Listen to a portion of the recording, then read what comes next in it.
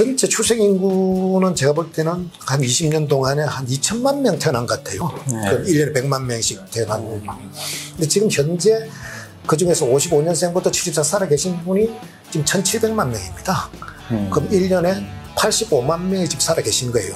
또 얼마 전에 대법원에서 임금 피크제 관련된 판결을 한 걸 보고 그게 뭐 하여튼 정년 그대로 놔두고 임금 피크제 도입하면 위법이라고 판결을 해서 되돌린 건데 말은 맞는 말이에요. 네. 이 나이 갖고 차별하면 안 된다는 그런 얘기인데 그거 하나도 도입하기 힘든데 예를 들어서 지금 우리나라 60세 이상 인구가 훨씬 더 많아지는데 그분들 중에 상당수는 일을 해야 된다. 네. 이런 상황이 되면 뭐 나이 많은 사원 위에 뭐 나이 어린 부장이 있는 게 당연하게 돼야 되는데 이게 될까 하는 생각이 드는 거예요. 호봉제와 뭐 연공서열 이런 게 다 있는데 문화적인 문제도 있고 경제적인 문제도 있고. 자, 랩2050TV 김중배입니다. 안녕하세요, 이원재입니다. 네, 반갑습니다. 자, 우리 서영수 전 부위원장님 모시고 저출생 고령화 문제 2부 진행하겠습니다. 지난 시간에 너무 충격적인 얘기를 우리가 한번 놀아서 어떻게 보면 알고 있는 얘기지만 들을 때마다 또 깜짝깜짝 놀라게 되는. 그리고 곧 잊어버립니다. 또 잊어버려. 잊어버리고. 이 참 심각한 문제입니다. 그렇죠. 어쨌든 체제의 실패라고 말씀하시는 게 저는 뼈를 때렸는데요. 아무도 반성을 안 해요. 사실은 머리를 숙여야 되는 문제 같은데 이거 모두가 함께 해법을 찾아야 되는 문제 같은데 이것도 골든타임을 놓치면 안 되는 문제이기도 한 것 같고요. 지난 시간에 우리가 살펴봤듯이 어떻게 보면 저출생 고령사회위원회에 떠넘겨서 될 문제가 아니다. 우리 사회 모두의 지혜를 모아서 거국적인 말 그대로 대응이 필요한 부분이 아닌가. 큰 틀의 체제 전환, 모색이 필요하다라고 보여지는데요. 일단은 첫 출발의 테이프를 끊기 위해서 일단 고령화 문제가 또 어떻게 전개되냐의 문제도 한번 먼저 살펴보면서 이제 어차피 복합적으로 봐야 되니까 노인 인구가 지금 2020년에 815만 명 정도 되고 있습니다. 그게 2060년 여기서 노인 인구라고 하면 65세 이상을 말씀하는 거죠. 2060년에는 1868만 명이 된다라고 하는 통계. 이걸 평균 내에서 이제 중위 연령이라는 표현을 하잖아요. 사회가 얼마나 젊으냐라고 하는 것을 보여주는 통계로 봤을 때 1980년에 우리 사회가 21살이었어요. 근데 2020년 지금 우리 사회는 여전히 젊긴 해요. 44세, 44살. 근데 2060년이 되면 우리 사회는 61세가 된다고 하네요. 중위 연령. 2년에 한 살씩 나이를 먹는 그런 거죠. 그러니까 61세가 딱 중간이라는 거죠. 그렇죠. 중간. 나이 적은수로 쭉 세웠을 때 딱 중간에 있는 내가 중간에 있다는 거죠. 그러니까 60살 돼도 그렇죠. 내 위에 있는 사람들하고 내 아래에 있는 사람하고 같다. 환갑 지난 사람들보다 환갑 지나지 않은 사람이 더 적다는 거죠. 환갑 지난 사람들만. 저는 나이가 든 게 아니라 그냥 사회 중간으로 이동하는 그냥 당분간 숫자만 많아지는 거예요. 숫자만 많아지기 뭐 청장년을 그대로 유지해야 되는 상황. 그 얘기는 거꾸로 얘기하면 열심히 일해라. 그럴 수밖에 없는 그런 상황이 된다. 야, 이게 놀랍네요. 복합 처방 얘기를 했는데 저는 좀 진지하게 한번 얘기를 좀 더 논의를 해보죠. 고령화 문제까지 곁들여주면 더 어려워지죠. 그렇죠. 고령화 문제라는 어차피 이제 지금까지 지난 40년간 이제 우리가 겪어온 저출생, 이제 저출생 지진이 저 바다 심해에서 일어난 거예요. 40년 동안. 근데 그 지진의 여파가 이제는 이제 쓰나미를 해서 밀려오는 게 이제 고령화입니다. 앞으로 40년이 아니라. 너무 적절하신 비유가 있어요. 그러니까 앞으로 40년 동안 지난 40년간의 저출생 지진의 이제 여파로 해서 앞으로 40년간 고스란히 그대로 이제 쓰나미를 다시 이제 우리 육지로 몰려오는 과정인데요. 지금 현재는 2020년 기준하면 우리가 고령화율 전체 인구에 차지하는 65세 이상 인구가 15.7% 같은 OECD에서 가장 낮습니다. 가장 아직 젊은 나라예요. 우리가 지금 우리 이제 저출생이 먼저 되기 때문에 지금 굉장히 고령화되어 있는 것처럼 이렇게 착시 그렇지 않죠. 지금 현재 아직까지는 우리가 OECD 가장 고령화율이 낮습니다. 출발하는데. 문제는 것이 이제 불과 2045년 앞으로 한 23년 지나면 일본을 이러면서 우리가 이제 전 세계에서 가장 고령화 높은 그래서 아까 진행자 말씀하셨듯이 2060년 되면 한 44% 정도거든요. 일본은 전체가 고령화율 자체가 지금 일본 인구 추이를 보면은 40%를 넘어가진 않습니다. 한 38% 정도에서 딱 그거는 이제 어느 정도 일본은 이제 중단을 했는데 우리는 이게 이제 40한 6%까지 2060년 한 46%까지 올라가고 방금 중위 연령도 우리나라는 61세, 62세까지 올라갑니다. 일본은 그래도 보면 60세를 넘지는 않습니다. 그런 점은. 근데 그 와중에 이제 우리 전체 인구 현상에서 가장 독특한 부분이 우리가 지금 베이비붐 세대들입니다. 1차 베이비붐, 2차 베이비붐이 1955년생부터 우리 이제 한국 전쟁 이후에 된 55년생부터 1974년생까지 20년간 이게 우리 아까 제가 말씀드렸던 고출산 시기에 집중이 되는 우리가 지금 공식 인구 통계가 사실은 1960년 70년생이기 때문에 그전 통계 조금 미비하긴 해도 보면은 전체 출생 인구는 제가 볼 때는 한 20년 동안에 한 2천만 명 태어난 것 같아요. 그럼 1년에 100만 명씩 태어나고. 근데 지금 현재 그 중에서 55년생부터 74 살아 계신 분이 지금 1,700만 명입니다. 그럼 1년에 85만 명이 지금 살아 계신 거예요. 요 분들이 지금 2020년부터 65세로 고스란히 노년 진입을 하는 건데요. 지금 금년에 태어난 출생아 한 25만 정도 될 겁니다. 그러면은 지금 금년에 태어난 출생아, 한 해 태어난 출생아의 3배, 4배 되는 지금 연령층들이 한 해 노년도 들어가겠습니다. 그러니까 80만, 그지 뭐 계속 그러니까. 위에 돌아가시는 분이 계시기 때문에 지금 앞으로 제 문제는 이제 앞으로 40년간을 이제 절반을 쪼개서 2040년까지를 1단계, 그 다음에 2060년까지 2단계로 봐야 됩니다. 고령화 단계 자체를. 고령화 1단계, 고령화 2단계로. 저는 고령화 1단계를 2020년부터 2040년까지를 고령화 가속기. 아까 막 이게 쓰나미가 와서 그냥 덮치는 겁니다. 완전히 가지고. 15.7%에서 34%까지 불과 20년 사이 1년에 1%만 올라갑니다. 절대 인구는 50만 명씩, 그러니까 한 해 50만 명씩 그대로 20년 사이 1,000만 명 그대로 막 늘어나는 거죠. 그대로 쭉 85만 명이 진입하면은 위에 한 35만 돌아가시니까 그만큼 50만 명 정도는 그대로 순정해서 아까 말한 800만 명이 한 1,800명 정도가 2004년 가고. 그것이 1단계 가속에 갔다가, 그 다음에 이제 그때가 말하는 55년생부터 74년생들까지가 완전히 진입이 끝나는 거예요. 74년생들이 65세 되는 시점이 2040년입니다. 그때까지 74년까지 완전히 이제 들어가서 넘치고, 그 다음부터는 이제 고령자들이 다시 후기 고령화가 되는 거죠. 이분들이 다시 이제 65세, 75세, 85세 동안에 후기 고령화 되는 게 2060년까지 오면, 그러니까 2040년부터 2060년까지는 44%에서 34%에서 한 10% 정도까지, 한 34%에서 10%가 되기 때문에 이 가속도는 좀 줄지만 이게 훨씬 더 심하다니까. 특히 이제 85세 이상의 후기 고령자들이 엄청나게 늘어나는. 지금 현재 2020년 기준하면 85세 이상 인구가 한 78만 명밖에 안 되는 거예요. 앞으로 2050년, 60년 되면은 550만 명 정도가 85세 전체 인구의 차지. 그 절대 인구를 주니까. 그러니까 앞으로 1단계 2030년까지는 고령화의 가속기, 그 다음 고령화의 심화기, 이 과정 보면 이거는 정말 우리 인류사에서 한 번도 겪어보지 못한 전제적 하나의 새로운 미답의 영역, 아까 말한 중위 연령이 1976년부터 2056년까지 80년 동안에 중위 연령이 20세에서 60세로 40년이 늘어난 거기 때문에 80년 동안에 40년이 우리 사회가 늙은 거죠. 그러니까 방금 우리 사람은 1년에 한 살씩 나이 먹는데 우리 사회는 지금 80년 동안 2년에 한 살씩 늙어가고 있는. 그 전체 우리 사회가 80년 동안 한해 청년 사회에서 지금 어디 우리 중년 사회인데 앞으로는 노년 사회. 지금 우리가 정말 이제는 이제 그레이 터널, 회색 터널로 들어가는데 보면, 그러니까 여기에 맞는, 이런 전체적인 인구, 이거는 인구 규모보다도 인구 구조에 맞는, 아까 말한 인구 구조라는 것은 결국 연령별 인구 구조인데, 그 연령별 현재 역할 자체를 재조정하지 않는 이상은, 현재 우리 경제사회 시스템 자체가 감당할 수 없는. 제가 느끼기에도, 자, 인구 전체 규모는 사실 2040년까지 된다라고 하는 걸 봤을 때, 정책의 우선순위를 어디로 가져갈 것인가에 대한 함의가 충분히 있다는 생각이 드는데요. 일종의 인구 구조에 어떻게 우리가 급격한 변화에 대응할 것인가? 그때 세대 간의 화해 문제랄까 여러 가지 문제들이 이제 생길 수 있는데, 먼저 우선순위를 어떻게 잡아야 될까요? 결국은 고령자가 많은 사회에 적응하는 정책을 어떻게 펼칠까? 이게 이게 최우선순위인 것 같은데요. 그게 보통 문제는 아닌 것 같아요. 지금 일자리 일단 노동을 하는 연령 자체가 우리 딱 정해놓고 있는데 지난번에 얘기했듯이 생산 가능 인구의 문제. 그죠.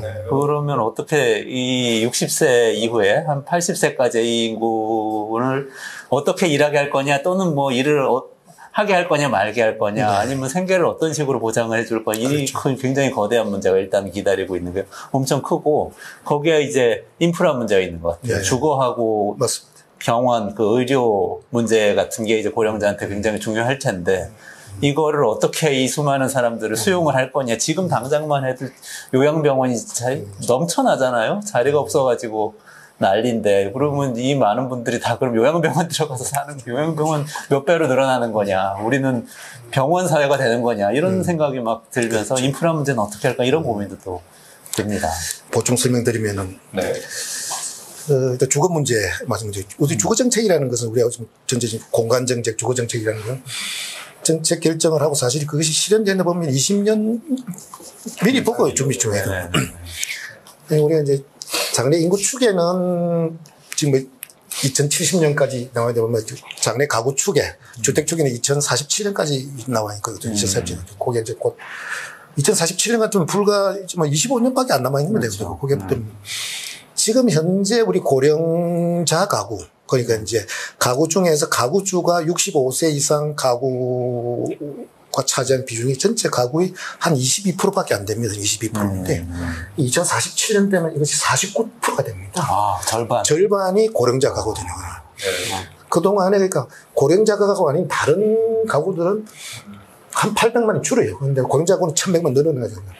과연 지금 이제 고령자 가구가 지금 20%에서 지금 49% 가는 동안에 앞으로 그러면 이 전체 주택의 소요가 그게 되면 어떻게 바뀌는지 과연 그럼 그렇게 고령자 그중도 많은 부분은 고령자 1인 가구가 한 400만 가구 정도 되고 그다음에 고령자 부부 가구가 대부분일 텐데 그러면 고령자 1인 가구네요. 그 1인 가구 자체가 거의 대부분 차지하는데 과연 그분들이 지금처럼 저렇게 아파트든 당연히 저렇게 넓은 공간을 저렇게 차지하고 따로 사는 게 진짜 이것이 개인의 주거 서비스 질이나 사회병 오르냐 아니면은 공간을 조금 좁혀서 모아 살간 쪽 이런 거에 대한 고민을 지금 해야 돼. 지금 뭐 해야 그때가 되기 때문에. 지금 3기 신도시 막 지어놓으면 그때까지 가는 거 아니에요? 그러니까 그 문제 얘기하는 거예요. 과연 진짜 앞으로 전체적 인구 구조 변화와 거기에 대한 가구 구성에 따라서 과연 앞으로 주택 수요 자체가 그게 어떻게 될 건지에 대한 자체 그 문제 하나고 그 다음에 방금 말하는 그 우리 요양시설 거기에 보면 이제 요양병원 건강보험을 한 요양병원과 장기요양보험 요양원 두 가지 보면 그게 지금 입원해 계신 분들이 약 한 60만 명 정도 됩니다. 특히 요양병원 같은 경우에는 한 달에 그분이 쓰는 전체 의료보험비 자체가 한 달 250만 원 같은 연간 3천만 원을 씁니다. 한 분이 한 해. 근데 그게 지금 40만 명인데 그게 아까 거의 대부분이 85세 이상의 인구분들이 거의 다 가 계십니다. 이 치매도 그렇기 때문에. 내가 지금 현재 85세 이상이고 아까 제가 말씀드렸듯이 2020년 기준 78만 명밖에 안 됩니다. 78만 명 지금 현재 시설에 가 계신 분이 60만 명인데 이것이 앞으로 250만, 350만, 400만, 550만까지 넣는 550만까지 늘었을 때 그 비율대로 가면은 이걸 어떻게 그걸 수행, 그건 불가능하죠. 그럼 지금 현재는 우리가 절대 규모가 적기 때문에 그 정도를 수용해서 조금 좀 묻어놓고 지내주면 앞으로 불가능한 거죠. 그러니까 결국은 시설에서 가정으로 못 오면 결국은 우리가 이제 지역사회에 와야 되는데 지금 현재는 지역사회 통합 돌봄이라든지 전혀 의료나 돌봄에 대한 지금 제공 방식 자체가 전달이 완전히 달라졌는데 그러니까 말씀드린 주거의 문제와 아까 요양성 자체가 적확히 지적하셨는데 이런 문제 자체를 지금 시작해도 사실은 조금 늦어졌기 때문에 그럼 지금부터 시작해야 된다. 이것이 아까 말하는 지금 다시 이것이 지금 현재 15%가 나중에 25% 기다리고 이것이 아니고 어차피 불을 정해진 미래 45씩 오고 그 다음에 60 오기 때문에 지금부터 시작해서 저는 관련되는 영역 단순하게 우리가 뭐 정년 문제다 연금 문제 드러난 문제 말고 사실 하나하나 이제 묻혀 있는 문제들에 대해서 지금 다 이렇게 세워가지고 다 같이 고민을 해도 왜냐하면 이거는 우리가 산업 구조 변화 과정에서 우리가 보면은 다른 나라 200년간은 우리 50년의 캐치 반응 자체는 남들이 가는 걸 따라갔기 때문에 우리가 가능했지만 인구 문제는 우리가 제일 선두에 서 있는 거예요. 그렇기 때문에 선례가 없기 때문에 우리가 먼저 고민해야 되는 거예요. 그게 훨씬 더 어려운 과제가 되니까 고령화에 대한 적응 정책 자체는 인구 변화에 대한 적응 자체는 우리가 산업구조 변화의 적응보다는 인구구조 변화가 좀 훨씬 어렵다. 왜냐하면 우리가 제일 앞장서 있다. 그렇기 때문에 우리가 모델을 만들어야 되는 측면에서는 훨씬 심각하고 더 큰 고민을 해야 되는 상황이다. 그런 지적이신 것 같은데 우리가 바로 한 달 전쯤에 그 윤홍식 그 인하대 사회복지학과 교수님하고 성공한 나라 불안한 시민 우리 사회 복지국가 시스템에 대해서 얘기를 나눌 때도 똑같은 말씀을 하셨어요. 그때도 이제 우리 사회에 이제 그 노년층에 대한 그런 배려랄까 이제 그런 요양이나 이런 부분들이 전부 입원 형태로 소화가 되고 있는데 이렇게 해서는 감당할 수 있는 문제가 아니다. 그래서 사람들의 인식이 바뀌어야 되고 재택에 하면서 예를 들어서 요양사가 찾아와서 관리를 해주는 시스템이랄까 조금은 돈이 덜 드는 문제로 이제 전환이 필요한데 이 문제 사실 손을 놓고 있는 것 같아요. 이런 인식이 변해야 되는데.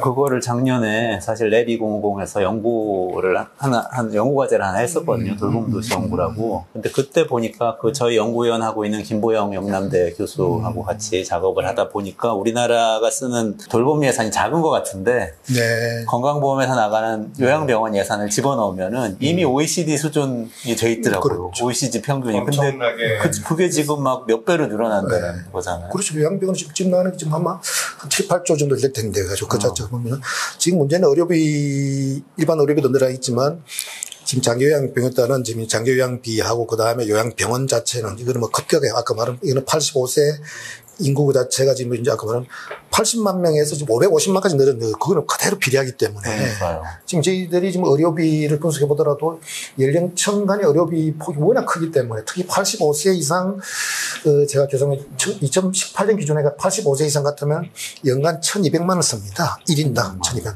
그런데 65세 미만 자체는 100만 원밖에 안 씁니다. 120. 그러니까 10배 차이 10배.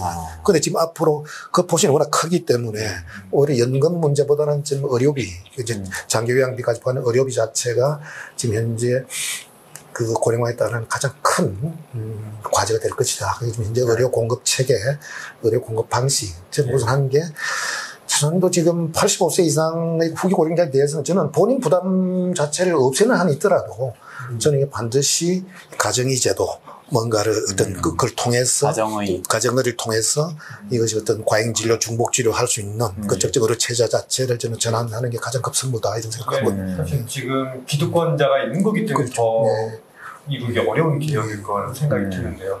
말씀하신 대로 국민 평형이 되는 30평형이 다 절대 다수인 지금의 주택 공급의 부분에서도 상당 부분 좀 변화나 어떤 재설계가 불가피하다. 그렇죠. 2047년 되면 노인 한 분 사는 가구가 지금 400만 가구고 두 분 같이 사는 합치면 그게 1,000만 가구가 넘습니다. 넘게 됩니다. 그렇게 하더라도 세대 분리할 수 있게 좀 또 여러 가지 뭐 장치를 준다거나 하는 방식의 어떤 결정이 대책이 있어야 되는데 이게 좀 장기적으로 그런 문제까지 포함을 시켜서 주택 문제나 이런 게 이제 반영이 돼야 되는데 우리 모두에서도 돌아오고 지난번에도 말씀드렸지만 저출산 고령사회위원회 만들어 놓고 그 문제는 너희들이 알아서 하는 거니까 우린 신경 안 쓸 거야 라고 하는 경제부처와 건설교통부 이런 사실 이런 국토교통부 이슈일 수도 있는 그렇기 때문에 저는 오히려 이제 저출산 고령사 부처는 자꾸 이제 저출산 조금만 자꾸 이제 시선이 가니까 그건 아까 오히려 따로 분리내고 정말 고령사회 부분 아까 말한 인구 미래사회 부분을 하면은 결국 이것은 다양한 어떤 전체적인 이해 충돌, 거기에 따른 어떤 역할 재분배, 그다음 거기에 따른 보상 체계 변경까지 정말 그렇기 때문에 이 부분 자체는 모든 전체의 어떤 기구 또는 그 이해 당사에 다 참여할 수 있는 그런 점 정말 진정한 하나의 심의, 논의, 어떤 결정기구 할 수 있는 그 새로운 어떤 가버넌스 체계 자체가 반드시 필요하고 거기에 대해서는 관련된 전 부처 자체가 전부 다 압축적으로 참여해서 고민을 해야 된다는 거죠. 국가만으로는 또 안 되겠죠. 특히 고령화에 따른 세대 간의 그렇죠. 갈등의 문제는 또 이제 시민사회랄까 각각 개인이 좀 풀어야 될 문제도 있을 것 같아요. 당연하죠. 가장 큰 문제가 이제 아까 말했지 이 적응 문제 자체는 서로 간의 어떤 그 이해 조정 문제입니다. 어쨌든 이게 과연 이제 생산을 하는데 생산을 누구까지 참여시킬 것이냐. 그럼 생산에 참여하지 않는 사람에 대해서는 어떻게 이걸 다시 분배할 거냐. 그 다음에 전체적인 소비 규모를 어떻게 할 것이냐. 이런 문제 자체가 다 이제 이게 환경과 복지와 생산 다 결문이기 때문에 이게 전체적인 문제는 그럼 이게 다 정치적 의사 과정을 통해서 결정되게 될 텐데 저는 지금 가장 큰 걱정이 현재 우리 정치적 의사결정 과정이라는 결국은 이제 선거 투표로 좀 결정되는데 전체 유권자 그러니까 투표자 기준이 아니고 유권자 기준으로 했을 때 60세 이상과 그다음 40대 50대 그다음 10대 20대 30대 세 분류로 나눴을 때 이번 대선까지만 하더라도 30대 이하와 60대 이상 하면은 30대 이하가 조금 더 높았습니다. 비중 자체가. 투표율이 같다고 보고 유권자들은. 이제 다음 대선 되면 역전됩니다. 60대도 많아지고요. 지금 2040년 정도 되면은 60대 이상 투표자가, 유권자가 45% 넘어요. 그 다음 그때 50% 되면 60대 이상 유권자가 50%가 넘어가시고 눈앞에 와 있고, 그 다음에 30대 이하 자체는 전체 자체 유권자 비율 자체가 10%도 떨어집니다. 그렇게 됐을 경우에 세대 간에 특히 고령층들이 어떤 연령층의 이해관계를 떠나서 전체적인 연대, 그 연령층 연대 없이 하다면 이 전체 사회 자체는 재조정이 불가능하다. 그런 측면에 저는 서로 간의 어떤 그 신뢰와 공감과 협업이다. 지금부터 이거는 서로 연습하고 훈련을 해야 되는 겁니다. 지금 바로 되는 거기 때문에 지금부터 앞으로 40년 뒤에 어떻게 될지 정해져 있기 때문에 그걸 하기 위해서라도 우리가 전체적으로 그 세대 간, 연령층 간의 연대를 어떻게 할 것이냐, 거기에 대한 역할 분담을 어떻게 할 것이며, 새로운 역할 조정을 어떻게 하고, 거기에 대한 보상 체계를 어떻게 바꾸고, 하에 대한 고민들을 정말 이제는 다 터놓고 좀 할 수밖에 없는 거고, 그게 아니면 결국 이 사회 자체가 인구만 하더라도 아까 지속 불가능한데, 거기에서 새로운 갈등이 오시면 더, 어떻게 보면은, 더 불안정한 사회가 오는 거죠. 근데 진짜 어렵네요. 저 얼마 전에 대법원에서 임금 피크제 관련된 판결을 한 걸 보고, 그게 뭐 하여튼 정년 그대로 놔두고 임금 피크제 도입하면 위법이라고 판결을 해서 되돌린 건데, 말은 맞는 말이에요. 이 나이 갖고 차별하면 안 된다는 그런 얘기인데, 그거 하나도 도입하기 힘든데, 예를 들어서 지금 우리나라 60세 이상 인구가 훨씬 더 많아지는데 그분들 중에 상당수는 일을 해야 된다. 이런 상황이 되면, 뭐 나이 많은 사원 위에 뭐 나이 어린 부장이 있는 게 당연하게 돼야 되는데 이게 될까 하는 생각이 드는 거죠. 호봉제와 뭐 연공서열 이런 게 다 있는데 문화적인 문제도 있고 경제적인 문제도 있고 이게 막막하네요. 그러니까 다 실타래처럼 얽혀 있는 거기 때문에 이제 결국은 생산 연령 인구 규모가 적게 되면 이제 절대 생산 연령 확보하기 위해서는 여성들의 이제 경제 참여, 고령 창조 당연히 와야 될 텐데, 그 사람들한테 과연 어떤 일을, 어떤 보상을 할 거냐, 그 문제거든요. 지금 거기에 가장 핵심이 되어 있는 게 지금 정년 문제도 마찬가지고, 지금 현재 우리가 일본을 답습해서 도입한 연공임금제, 호봉제, 임금 체계의 근원적인 어떤 타법이 불가능하다. 이게 뭐 당장 기왕에 그 체제에 들어간 사람은 안 된다 하더면, 그러면 새로 노동시장 진입하는 사람들이라도, 지금 노동시장에서 빠져나온 사람들이라도, 그 부분에 대해서 먼저 새로운 임금 체계 자체를 적용하면서 이거는 시간이 가면서 적어질 테니까 우선 가장 중요한 건 지금 현재 임금 체계 문제부터 정말 진지하게 이 정년 문제 자체는 저는 굉장히 지역적이다. 거꾸로 임금 체계에 대한 문제와 정말 노동시장의 어떤 새로운 의미의 유연성 이거에 대한 새로운 재정립 자체가 없으면은 전체적 아까 말한 세대 간 연령층 간의 역할 분배, 역할 재조정 자체는 어려울 거다. 그런 생각이 드는 거죠. 그러니까 지금은 우리 인생이 계속 위로 올라가면서 월급도 더 많이 받고 지위도 올라가고 계속 그러다 어느 순간에 딱 퇴직하고 이제 쉰다. 이런 개념이라면 이게 완전히 바뀌어야 되겠네요. 그러니까 기업주 입장에서는 당연히 지금 이제 정년이라는 것 자체를 전제로 해서 그 체계를 유지한 건데 보면 이거 지금 이 체계가 전제를 바꾸지 않으면은 그 선택을 할 수가 없는 거기 때문에 그 기반해서 지금 모든 게 이제 지금 이제 보상 체계 자체가 되어 있기 때문에 그 보상 체계를 바꾸기 위해서는 그 전제를 바꿔야 되는. 결국은 직무 중심을 가면서 이제 성과 부분을 어떻게 반영해서 새로운 임금 체계를 우리가 만드는 게 가장 큰 문제. 성과보상제도. 그렇죠. 직무가 가장 기본이 되면서 결국은 이제 성과 부분을 어떻게 반영한 이런 문제 때문에 어쨌든 연공임금 체계 이것부터 답하지 않으면은 저는 그걸 답해야 우리가 가장 최종적인 지향점인 동일 노동, 동일 임금, 동일 직무, 동일 보상 체계 가기 위해서는 그거 아니요. 그러니까 동일 노동, 동일 임금이 돼야만 지금 현재 말하는 지금 현재 아까 말하는 우리 지금 사회 무도 문제 자체, 저는 저출생 문제 자체도 지금 거기서 다 연원이 있다 저는 보기 때문에. 노동시장 유연성 문제는 어떨까요? 저는 이제 비정규직 문제. 정확하게 임금 체계 자체가 새롭게 정립되고, 그 다음에 직무 단위의 어떤 전체적 보상 체계 자체가, 좀 되면 자연스럽게 저는 그 노동력 자체는 지금 오히려 노동자들이 원해서라도 그런 부분이 상당히 많은 부분은 저는 파급될 거라고 보거든요. 다만 시간축이 이제 걸리는 시간축은 문제가 되겠지만 방향 자체는 그건 저는 그게 그걸 가까이 보고 있는 거죠. 연령 뭐 문제도 있지만 저는 앞으로 지금 아직은 부각되지 않지만 1인 가구와 가족의 가구 사이의 어떤 갈등이나 어떤 1인 가구에서 이런 쪽에 대한 갈등도 장차 좀 많이 불거지지 않을까라고 하는 약간 걱정, 우려가 좀 들긴 하는데 그런 어떤 논의나 이런 부분들에 대한 얘기들이 저출산 고령사회위원회에서 혹시 논의된 적이 있을까요?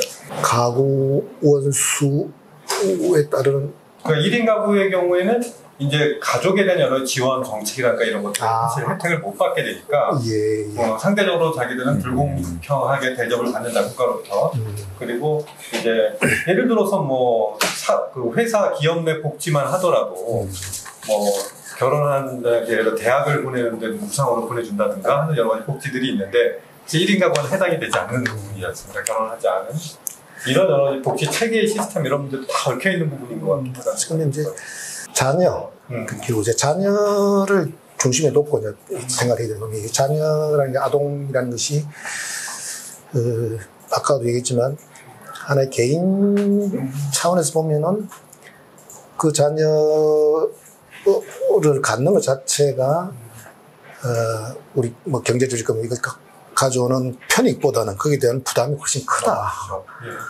그게 오는 그 선택 기준이든 그러면 그 자녀가 그 부모한테 주는 편익 말고 부모를 떠난 우리 사회 전체 주는 편익이 또 따로 있는 거기 때문에 그러면 자녀가 또 아동이 결국 이 세상에 가져오는 편익 중에서 일부는 부모한테 가고 일부는 부모 떠난 바깥에 있다 그러면은 그러면 이 사회 자체가 그럼 그 편익 자체를 받는 것만 거기에 대한 보상을 해드려요. 그 사회 자체가.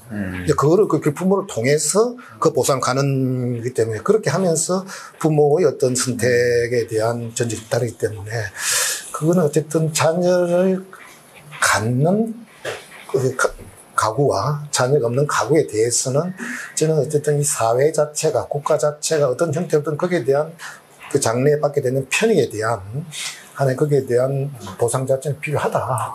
그런 측면에서는 그 부분에 대한 그 공평 문제 자체는 상당 부분 좀 설명될 수 있을 거라고 보고 있습니다. 해가지고. 개인들은 이제 또 인정을 못할 수도 있는 부분이 있어서 그렇죠. 이걸 가족주의적인 문제로 접근하기보다는 정말로 이제 새로운 자녀에 대한 문제는 별개로 이제 접근하는 방법도 필요하지 않을까라는 생각도 좀 들긴 하는데 이제 뭐 큰 차로 사실은 복합 처방의 문제이기도 하고 우리가 계속 얘기를 나누고 있는데 이제 조금 문제 폭을 좀 더 텐션을 조금 낮춰놓고 좀 더 캐주얼하게 좀 얘기를 나눠봤으면 좋겠어요.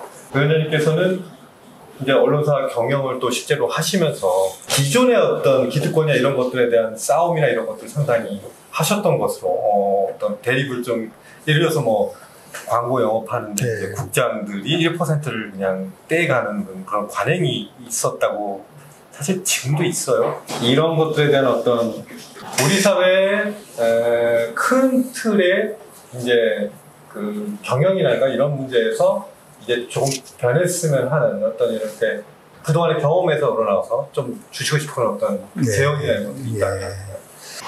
일반 기업들, 즉 대기업들에 대해서 뭐 그분들의 특히 이제 국제 경쟁 구조 속에서 그 사람들이 수용할 수밖에 없는 그 원리 그런 거기 때문에 그 부분 제가 뭐 평가할 있지 않은 거고 다만 우리 한국 사회 좀 좁혀서 제가 아무래도 직접 관여했던 게 언론 기업하고 일종의 이제 사회적 기업 이런 쪽에서 좀 좁혀서 좀 말씀을